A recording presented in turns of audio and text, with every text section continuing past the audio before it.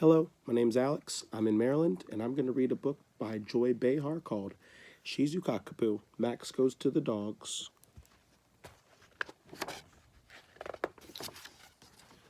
Evie had a very special kind of puppy. Max was part Shih Tzu, part Cocker Spaniel, and part Poodle, a Shizukaku. The Shih Tzu part made him spunky, the Cocker Spaniel part made him loving, and the Poodle part made him smart. Let's put it this way, he was cute, but he was also a handful.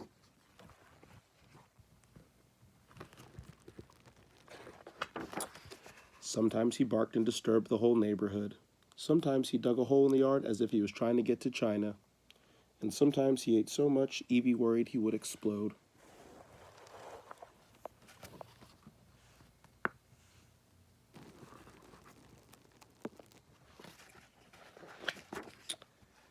He got into the most trouble when he was left home alone. Evie, said her mother one day, we've got to do something about this dog of yours. He's really naughty when you're not here to play with him. He's just bored, Mom, said Evie, and lonely. How can you blame him? I'm afraid this just can't go on, Evie's mother said. We're going to have to make a change. Evie turned pale. What do you mean a change? What I mean is he's going to have to go.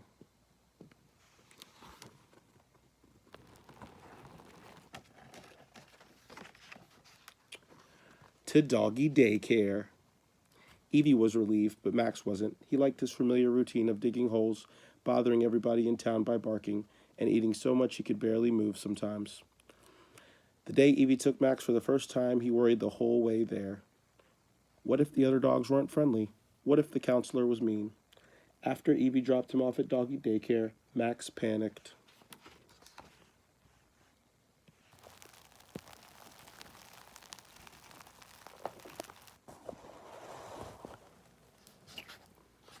Then Max thought, get a grip. I can do this after all. I play with lots of dogs in the park every day. I can make friends here. But when he tried to make friends, the other dogs ignored him. They already had other friends. When he lay down to take a nap in a nice sunny spot, a big dog named Brutus growled, You're in my space. When he scratched at the door to go out, the counselor said, Not now, Max. When everyone finally did go outside to chase balls, Max got trampled by the crowd. By the time Evie came to take him home, Max was tired, dirty, smelly, and all barked out.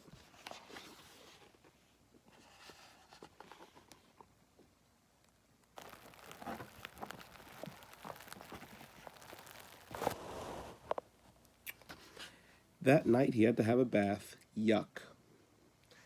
And for the first time ever, he didn't feel like cuddling.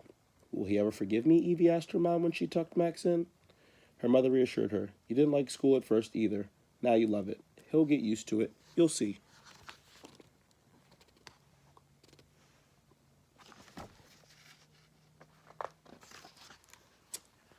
But Max didn't want to get used to it. He wanted to stay home, where he was the king of the castle. At doggy daycare, he was lower than dirt. The second day, Evie brought Max's blanket with them. It helped a little bit because it smelled like home. He curled up in a corner and watched the other dogs play. After a while, Max heard some whimpering. Someone sounded more miserable than him. He went to investigate. He found the dog even smaller than he was, shivering under a chair. It was a Chihuahua poo. What's the matter? Max asked.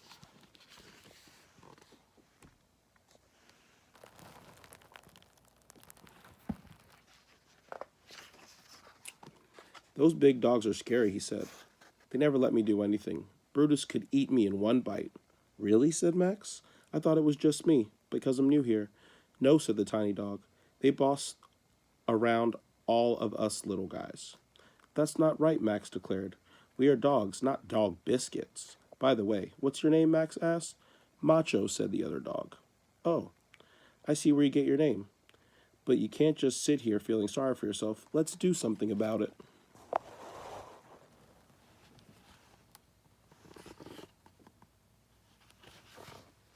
Max gathered all the small dogs in a circle. Hi, everybody. I'm Max. I'm new, and I've got some new ideas. It's clear that some changes need to be made around here. We little dogs have rights too. We deserve to eat at the same time as the big dogs, to nap in the same sunny spots, and to get a crack at the ball. Are you with me?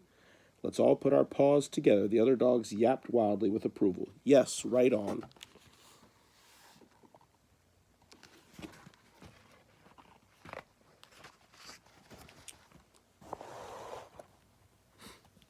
Max and the other dogs worked out some plans and secret signals. At lunchtime, when Max scratched his ear, all the small dogs ran under the big dog's legs to get to the food dishes first.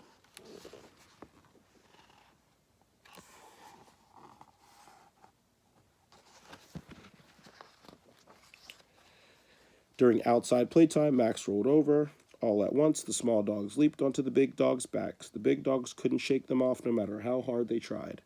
At nap time, when Max yawned and stretched, all the little dogs raced for the biggest patch of sunlight and took Brutus's space. That night, Max was tired, but happy. It had been a good day. He felt like he was the king of doggy daycare.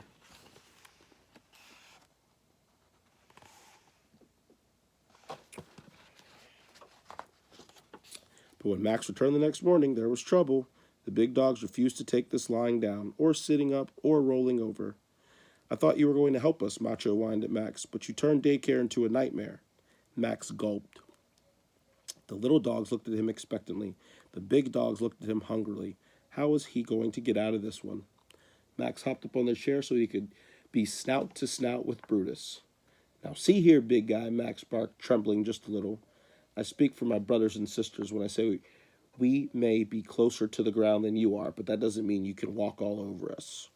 Brutus growled in reply. He was a dog of few words. Max thought quickly. You know, I bet we could even be useful to you if you gave us a chance. What do you mean, the big dog snarled. There are some advantages to our size, said Max. We could make this work for you.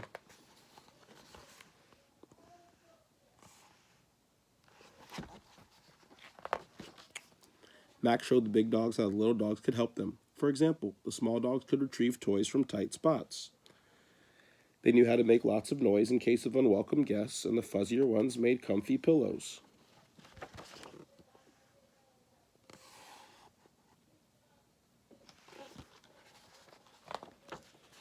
When Max was able to scratch an itch that Brutus couldn't reach, the big dog had to admit he'd been wrong. I guess you're worth having around after all, little guy, he said, giving Max a big slurp with his tongue. For the first time since starting doggy daycare, Max felt his tail wag. The big and the little dogs ate lunch together that day and had more fun playing than ever before. When Evie came back to take him home, Max thought, already? Where did the day go? Adios, Max, yipped Macho. I can't wait till tomorrow. See you tomorrow too, right, Max, with Brutus? Max grinned. A2, Brutus. It looks like you've made some friends already. Good boy, Max. Max was happy to go home. He still loved taking walks and playing with Evie. He was much better behaved around the house, although he continued to dig, bark, and eat a little too much sometimes so he could continue to go to doggy daycare. At nighttime, cuddle time was his favorite all-time thing.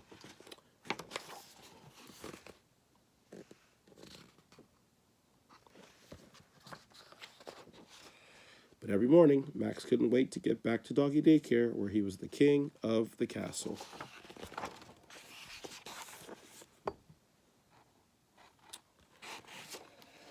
The end.